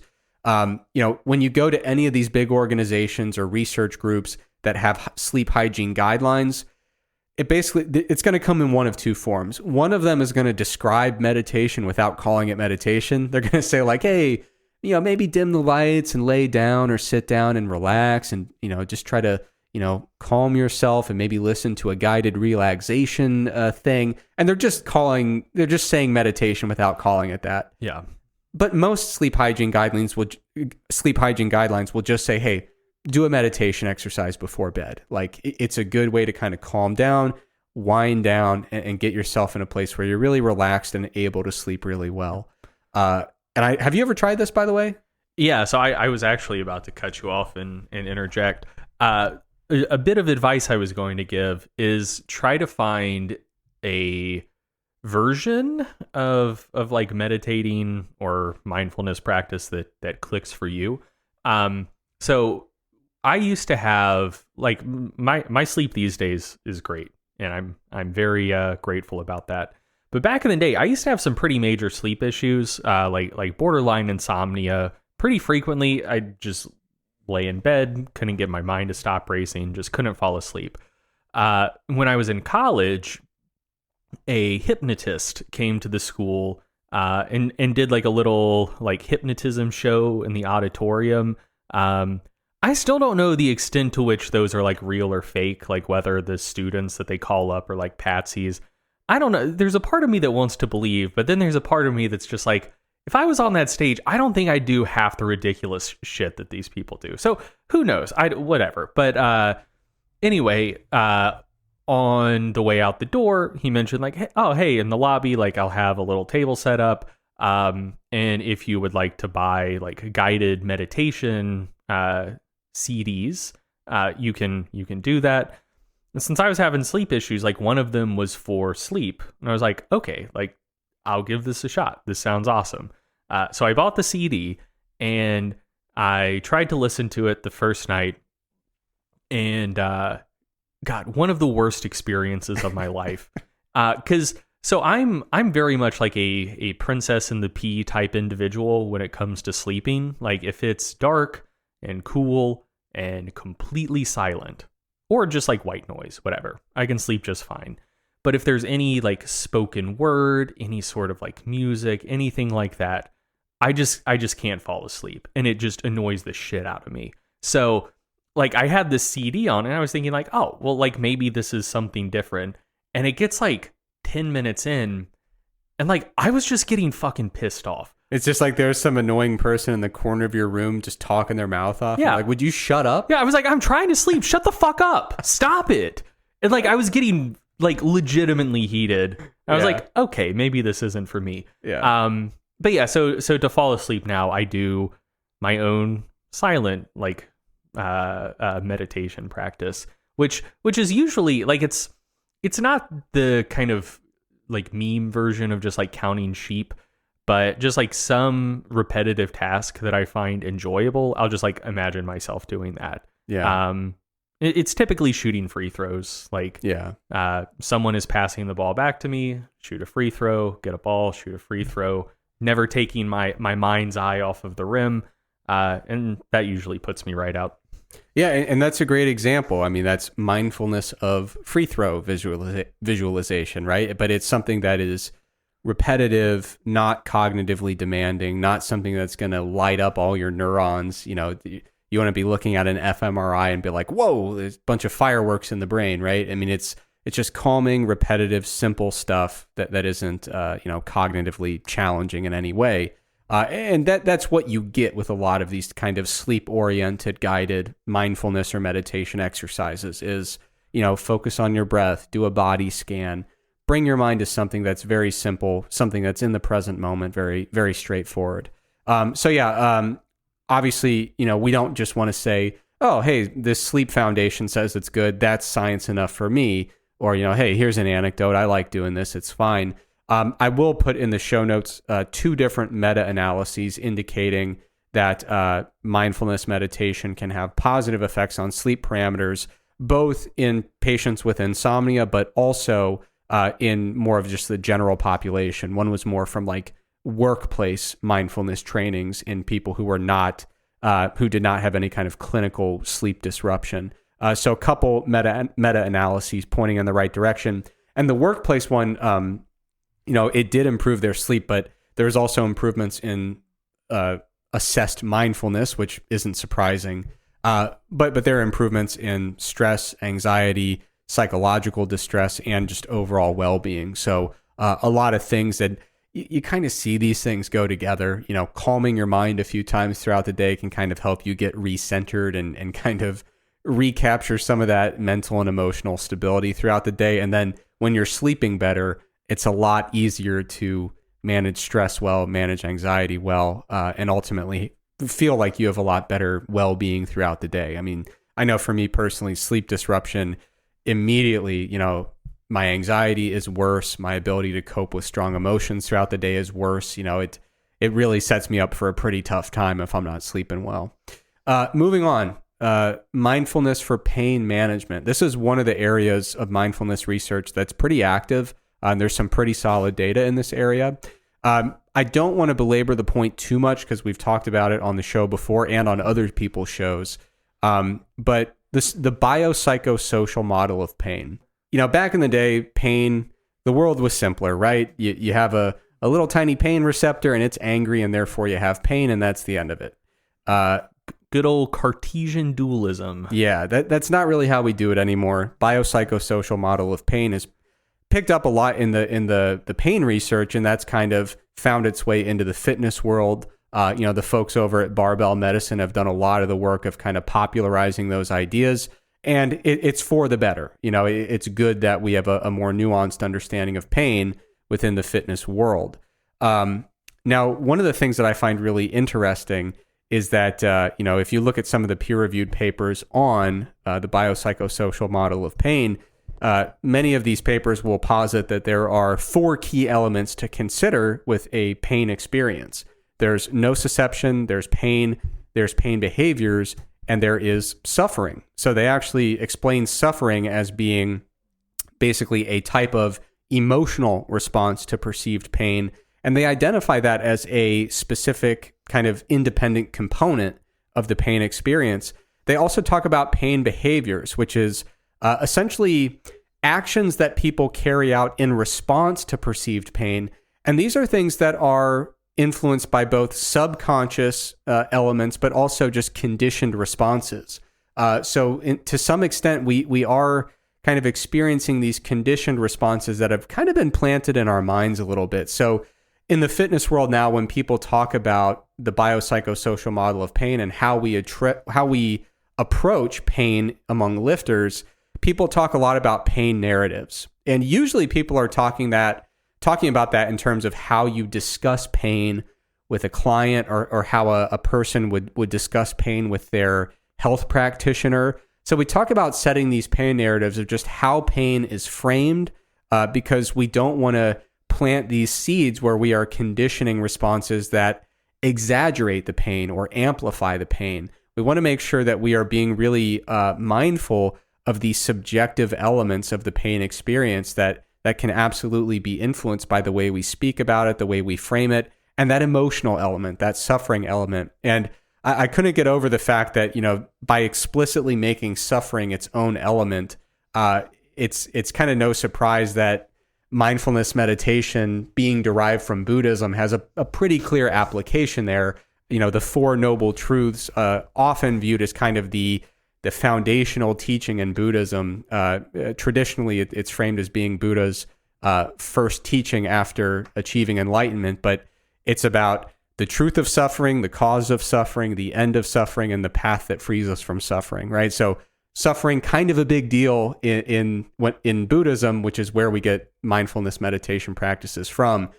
So I think there's obviously a pretty clear link there, or a clear parallel where you'd say, okay, aside from just how we speak about injury with a coach or with a medical professional, we can also think about, how might mindfulness meditation allow us to kind of explore some of these elements of pain. And, no one is going to go out there and say, hey, pain's all in your head, and if you just become calm enough, it'll go away, right? Well, some people do. Well, they shouldn't. I mean, the folks who learned about the biopsychosocial model like 2 weeks ago. Yeah. I think some of I think some of what's that saying? Like, no one has more zeal than a new convert. Yeah. I think some folks take it a little bit too far, but yeah, like real practitioners tend to not do that. Yeah. So, I think, of course, there are, when it comes to how we actually act upon this biopsychosocial model, like I said, a lot of it has to do with how we speak about pain, how we interact with coaches and health practitioners when we're talking about pain. But also, there is an element here where we want to dig into these other elements of pain, right? So not just the nociceptive kind of biological root of pain, but also looking at the emotional element that we would call suffering in this case, looking at some of those conditioned elements.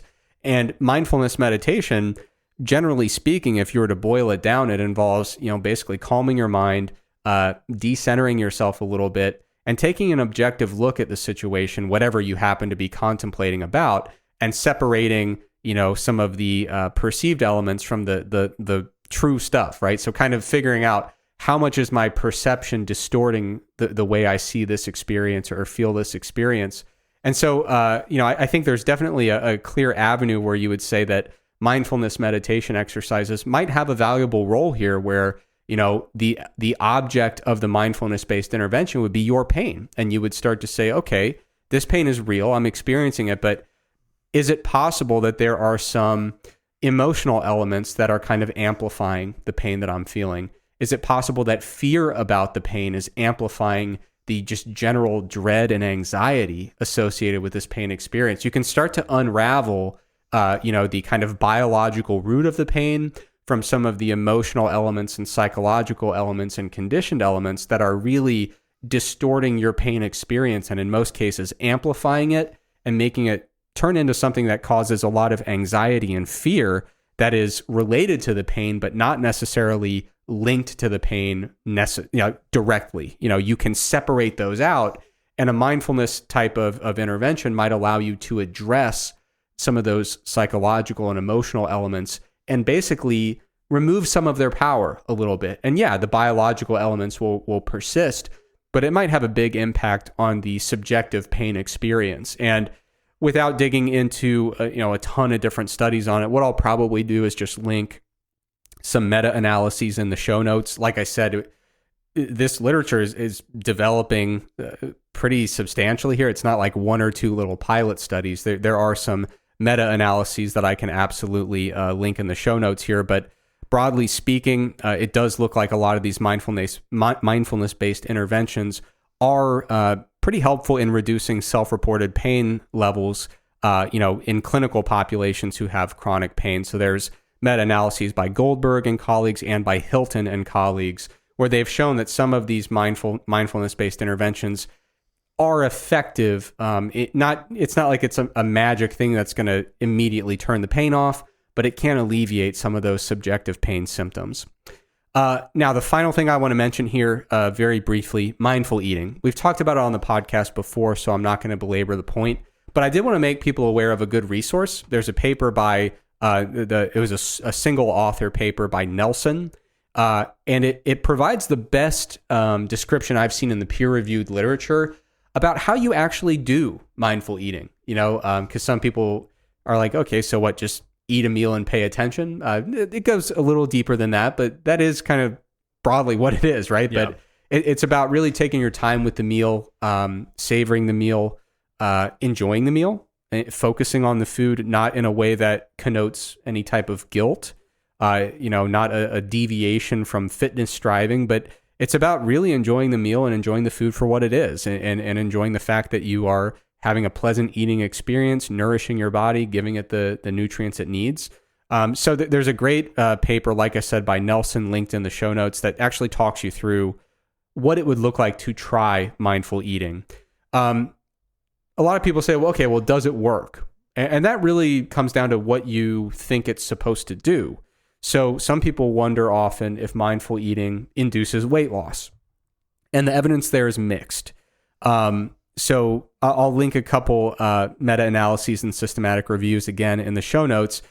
Generally speaking, like I said, there's some evidence indicating some interventions where mindful eating does indirectly, almost kind of unintentionally lead to some weight loss, but it's very mixed. Some studies show no real impact on weight loss, but most importantly, that's really not the goal. You don't do a mindful eating intervention and say, all right, hopefully everybody loses 20 pounds here. That's really not the point. Mm-hmm. And if weight loss occurs, and sometimes it does, it's usually kind of a side effect. It's an indirect thing that happens rather than the explicit outcome that has been sought or the major outcome of interest.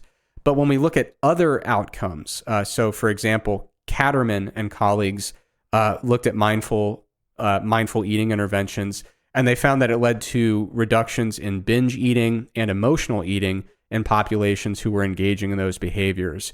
There was another systematic review by Yu and colleagues where they found that mindful eating was associated with reductions in emotional eating, external eating, binge eating, weight and shape concern, and there were also improvements related to self-acceptance and emotional regulation. Again, meta-analysis by Rogers and colleagues, finding a whole bunch of favorable changes related to eating behaviors, depression, anxiety, eating attitudes. So generally speaking, we see that mindful eating interventions have a lot of positive outcomes associated with them in meta-analyses and systematic reviews, but it's simply not explicitly a weight loss intervention. So the utility there is more on the psychological and behavioral side of eating and just trying to sort out. So, sometimes people have some like borderline pathological eating attitudes, and mindful eating interventions seem to be quite helpful with alleviating some of those symptoms. Now I want to get into some caveats here. The very first thing I want to mention as a caveat is I've talked about some clinical outcomes here and studies that have been done in clinical patients. Whatever your interest is, if you believe that you have a clinical condition that may warrant medical intervention or advice from a medical professional, don't avoid seeking that medical care because you're going to try to do mindfulness stuff instead. This stuff is not meant to replace modern medicine or anything like that. If you think you need some medical attention, or if you're on the fence and you're not sure, the best case scenario is go see a medical professional who's qualified. They'll let you know what you need. And if you see them and they say, you know what, you can talk to them about it and say, I was thinking about maybe doing some mindfulness-based interventions to try to do this without getting into a really intense kind of medical intervention. And maybe they'll be supportive of that. But don't use this stuff as a reason to delay medical care that might very well be necessary. Mm-hmm. Another caveat is obviously I'm biased. Like I said, I consider myself to be a practicing Buddhist very early in that process, but there's no question that I have bias here, which is frankly why I tried to make sure I was citing a lot of systematic reviews and meta-analyses, because of course, anyone with a bias can go say, oh, look at this pilot study in 9 people. It looks pretty good. So I wanted to rely on papers that utilize systematic literature searches rather than just kind of cherry picking this study or that study. Now, there are some nerds who are skeptical of the mindfulness literature, and I do think it's important to highlight that. So I say nerds in an endearing way. There's something called the Framework for Open and Reproducible Research Training, and they maintain a running list of psychological replications and reversals. It's basically a result of the fact that a whole bunch of foundational psychology findings turned out to be unreliable and could not be replicated or reproduced. And so people have said, we need basically like a database to figure out, of all the pillars of knowledge in our field, which of them actually support load, mm-hmm. And which ones are just like styrofoam pillars that don't actually do anything. Yeah. Now, on this webpage, they do include mindfulness for mental health, and they say most studies are low quality and use inconsistent designs. There's higher heterogeneity than other mental health treatments, and there's strong reason to suspect reporting bias. Now, to be clear, there are other elements on this webpage where they are aggressive and just really obvious debunking of some of these theories. That's not the case with mindfulness here, and it is specific to mental health, not all mindfulness outcomes. Basically, it's on their list of like, hey, there's a reason to be cautious here. Like, let's keep an eye on this. Yeah. So it hasn't been like soundly debunked, but there are credible concerns about how reliable, I mentioned there's a lot of randomized controlled trials. People are saying, you know what, I appreciate that there's a lot of RCTs here, but I wish that they were generally designed better. And we suspect that maybe there's some reporting bias that might be going on. So it's important to point that out and to acknowledge that. Yeah. What that suggests to me is that there's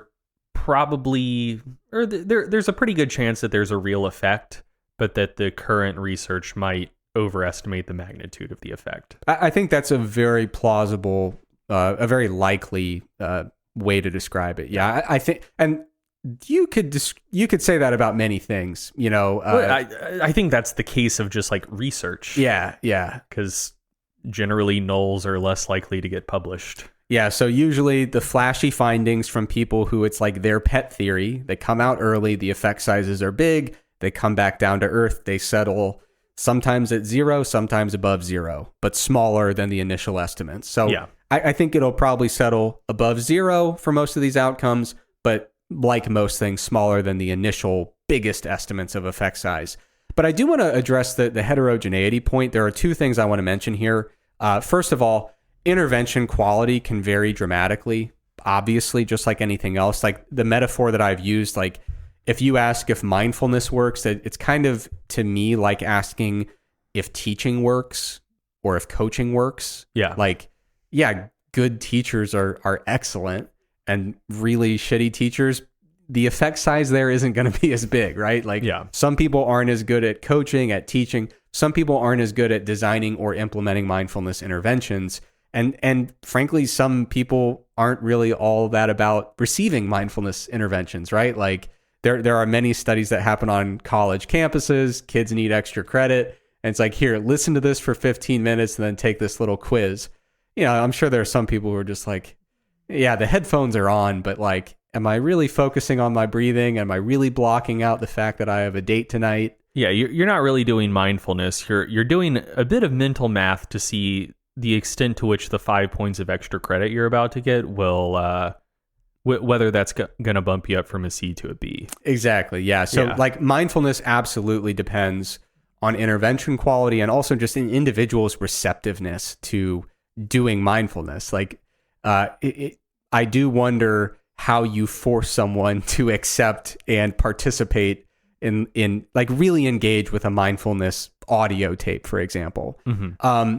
Another thing that could contribute to the heterogeneity, and this is also a really important point, is that there's a great review paper, I'll put a figure up here, indicating that mindfulness probably falls on like an inverted U-shaped curve, where having a deficiency of mindfulness processes is probably not ideal for well-being, but also having an excess of mindfulness processes also is probably not ideal for well-being, and you kind of want to be in the middle there. I see you're smiling, and I have no idea why. When I see excess of mindfulness, I just think about the people who do psychedelics for the first time and just lose their fucking mind.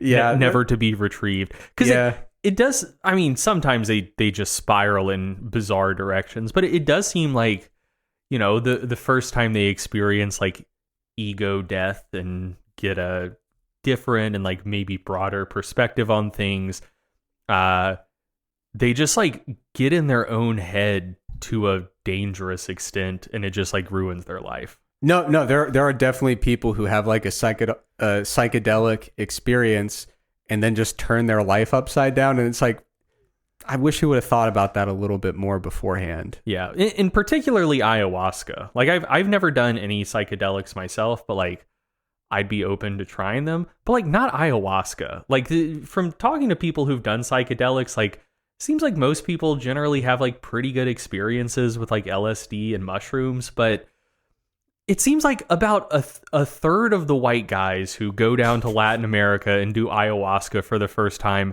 just go insane. I don't want to roll those dice. It seems like it just seems like a bad time. Like I've never heard an ayahuasca experience that sounds fun. And yeah, like it seems very risky for for a lot of people. Yeah, I don't know much about it. But yeah, so when we talk about this heterogeneity and effect size, the reality is that we I will never do marijuana, though. Correct. Just to be clear, for the purpose of the podcast, psychedelics, as we all know, get you closer to God. This is, as always, a Christian family values podcast. Yeah. Not marijuana, though. That's the bad stuff. Right. So because of this kind of inverted U-shaped curve, we should expect that for some people, mindfulness is a really positive intervention, but for others, it could actually be contraindicated, right? And so when I talked about mindfulness processes and whether you have a deficiency or an excess or kind of in that optimal middle zone, for example, one process brought up in this paper, and I'll put this on the screen as well, is self-observation. So if you're someone who has really low self-awareness at baseline, you have a deficiency of this mindfulness process, a mindfulness intervention might be quite helpful. Mm-hmm. But if you're someone who is kind of like, constantly observing yourself with a high level of anxiety or depressive symptoms or a high level even of like dissociation, the last thing you need is like, hey, let's do a really deep reflective mindfulness exercise and just ruminate on this even more. That's like a pretty common symptom of a lot of like eating disorders too, right? I think, or is that like a different type of self-observation? I think what you would probably want to do, this is not medical advice, but I would assume we talked about mindfulness for eating behaviors. I think usually the object of observation there would be the food, the experience of eating. It would be mindful eating, not let's do a lot of deep contemplation about your body. Yeah. Right. So yeah, it's kind of just on where the mindfulness focus would be, but that is a situation where I would suggest or anticipate that one version of mindfulness focusing on mindful eating could be quite helpful in that scenario, but a very body-focused, reflective kind of mindfulness exercise could backfire in that situation. Another one that comes up here is exposure, right? So there are some instances where people have really high experiential avoidance.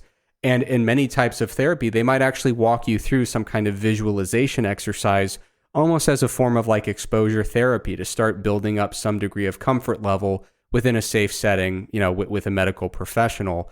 But of course, if you are, have a ton of anxiety about a certain thing and just like it's a really, really adverse thing when you start to think about it, the last thing you would want to do is some kind of unguided kind of self-directed exposure therapy where you're putting yourself into this like catastrophically deleterious psychological state over and over and over. Like that's the type of thing where if you had some kind of phobia or some kind of exposure related thing like that, a self-guided mindfulness approach would not be ideal. You'd want to seek out probably some type of therapeutic intervention that's guided by a medical professional. Yeah. But those are just a couple examples in which, there are some cases where being low on that mindfulness curve, doing a mindfulness-based intervention could bump you up into that optimal range and it'd be a very positive thing. But if you're already starting with an excess of some of these mindfulness processes, doing more mindfulness would either be unhelpful or even in some cases could backfire a little bit. And so I think when we think about the heterogeneity that we see in this research, of course, we should think about the kind of standard research design and statistical concepts, but we should also think about this as a pretty targeted intervention that isn't really the right intervention for all people in all situations. And then finally, if you've heard all this and you're interested in maybe giving it a shot, you want to get started and try some different types of mindfulness-based interventions or meditation interventions, a good question is how to get started. I think it's probably best, in my opinion, to start with guided meditation sessions to kind of show you the ropes, because a lot of times people will just sit there for 10 minutes and say, did I do it right? And it's like, I don't know. So yeah, a guided meditation can be really helpful. And there's a variety of free and paid apps that have those, in addition to websites as well. If you're specifically interested in mindful eating, like I said, that paper by Nelson gives a great description of how to approach it and how to actually apply it. So I'll link that in the show notes. And then finally, these mindfulness practices are kind of an offshoot from Buddhism, and which of course Buddhism takes a lot of different forms. But if you want to explore some of the basic Buddhist foundations in a totally non-religious, secular way, I actually think that can be helpful in some cases. Because I tried to do some mindfulness stuff actually several years ago before I'd ever thought about Buddhism. And one of the things I struggled with was, it was like, okay, now contemplate. And I was like, contemplate what? And it made a lot more sense to me when I started to understand where some of this mindfulness meditation came from. When I learned some of just the basic kind of foundational concepts within Buddhism, things like non-self, things like aimlessness, things like impermanence, some of these basic foundational ideas, it made it a lot easier to understand, I understand why I'm trying to get away from ruminating on the past, being anxious about the future, getting into the present moment, and kind of experiencing the present moment in a non-judgmental way. Like, getting some of those foundations was a very clarifying experience for me that made it easier for me to do mindfulness interventions that really had nothing to do with Buddhism. So if you're interested in getting some of that foundational information, I do recommend Buddhism Guide, which is a podcast by Karma Yeshi Rabge. It's on Spotify. Very, very good, very approachable, very accessible. And then there's just a variety of books by Thich Nhat Hanh that I think are excellent. So in conclusion, mindfulness is not for everyone. Like I said, there is that kind of inverted U-shaped curve. It's not the perfect thing for all people, for all outcomes, but there are evidence-based applications when it comes to recovery from mental fatigue, sleep enhancement, eating behavior improvement, pain management. And I think the easiest way to dive in is to find a nice app or a nice website that has some guided mindfulness exercises to kind of show you the ropes. And just to be clear, you don't have to switch religions to get into this stuff. You don't have to commit to any kind of dogmatic beliefs or embrace any metaphysical concepts in order to participate. I think a lot of people would be surprised to see how approachable these things are, and they can be as simple as just saying, hey, take a few deep breaths, calm down, and just give your mind permission to rest. And after you do that a few times, it becomes really alarming. You start to realize, like, I don't think my brain was resting for like 12 years until I gave this a shot. So not for everybody, but you know, it can be a helpful thing for the outcomes that I mentioned. Sounds good, man. All right. Anything to add before we wrap up the 100th episode? I don't think so. Nothing's immediately coming to mind. Awesome. Well, everyone, as always, thank you so much for listening. Thank you for supporting us and allowing us to get into the triple digits. 100 episodes, that's a huge milestone to hit, and we couldn't do it without you. So thanks so much for listening and supporting, and we will be back soon with another episode. Thank you for listening to the Stronger by Science podcast. If you enjoyed the podcast, be sure to sign up for our free newsletter to get concise breakdowns of relevant research, as well as 28 free training programs for all skill levels and all schedules. We hate spam just as much as you do, so we'll only email you when we have something really interesting to share with you. You can sign up for the free newsletter at strongerbyscience.com/newsletter, or just go to the Stronger by Science homepage and click the free programs button at the top. If you want to join in on the Stronger by Science podcast conversation, be sure to check out our Facebook group and our subreddit. The links for both are provided in the description of today's episode. Finally, please remember that we are not medical doctors or registered dietitians. So, before you make any changes to your exercise or nutrition habits, be sure to check with a qualified healthcare professional. Once again, thank you for listening, and we will be back soon with another episode of the Stronger by Science podcast.